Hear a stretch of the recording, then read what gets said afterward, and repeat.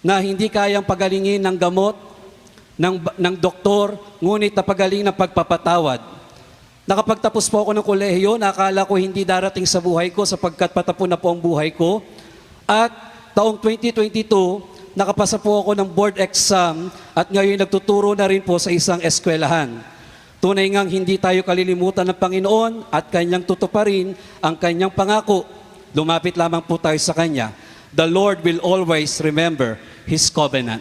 To God be the glory. Purihin ang Panginoon. Hindi nakakalimot ang pangako ng Diyos. Pangako ng Diyos ang naging ko sa Kanya pagpapalay araw-araw.